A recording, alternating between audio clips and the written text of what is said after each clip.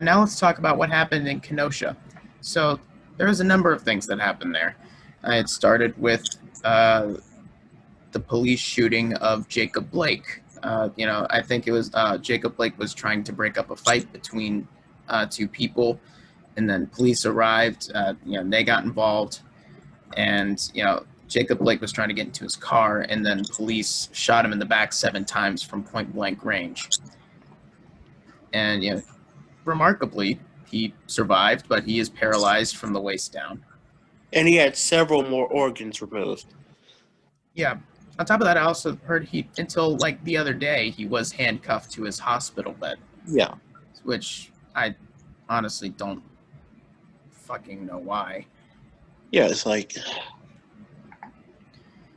But yeah, this happened in Kenosha, and so this did lead to demonstrations. And then a few days in, there was a white teenager, 17 years old, named Kyle Rittenhouse, I think is his name, who started shooting at protesters with an AR-15. And, that did lead to the death of 2 people, along with injuring a couple others. So like what happened with that is he had already shot 1 person. And then this guy named Anthony Huber, I think was his name. Yeah. Anthony Huber had pursued him armed with nothing but a skateboard, trying to tackle Rittenhouse because he knew like he was presenting a threat. And then he got shot. And Kyle Rittenhouse was able to basically carry out these acts in front of police, and he went home, and he was able to sleep that night. A lot of people heard about this incident and ultimately were reminded of Tamir Rice, the 12-year-old boy who was killed by police, because he had a fake plastic gun. I don't know if it was like a super squirter or like a and he was shot by the police, not even a warning, within 12 seconds. Yeah. 12-year-old kid with a fake gun got shot by police. 17-year-old kid with an AR-15 who was actually shooting protesters got to go home and sleep. And like, I mean, I don't really even know what to say other than just like this really is a messed up situation all around. Yeah. And top that, a lot of right-wing news sources like Fox News and all conservatives are touting he, quote, defended himself.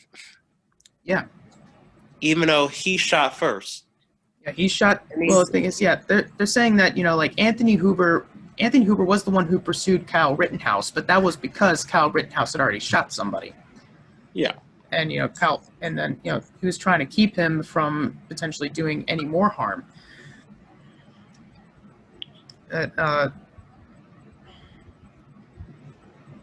And also there was like they kept on trying to say like, oh, Kyle Rittenhouse is an upstanding guy. Like they kept on showing pictures of him cleaning graffiti stuff, and saying like, oh, he was just like not defending himself, but he was defending places of business from being looted, and that's not how stand your ground laws work.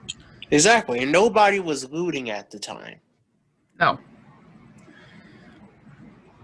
And like they love to paint these Blue Lives Matter, white supremacist terrorists as heroes when they're the exact opposite.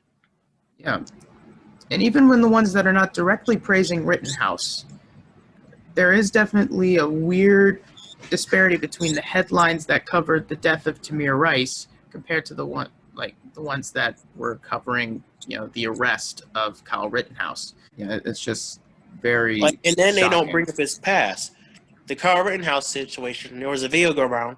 He literally assaulted a girl. Yeah, like when they brought up Trayvon Martin's past and his suspension record, but they didn't bring up Kyle Rittenhouse assaulting a girl.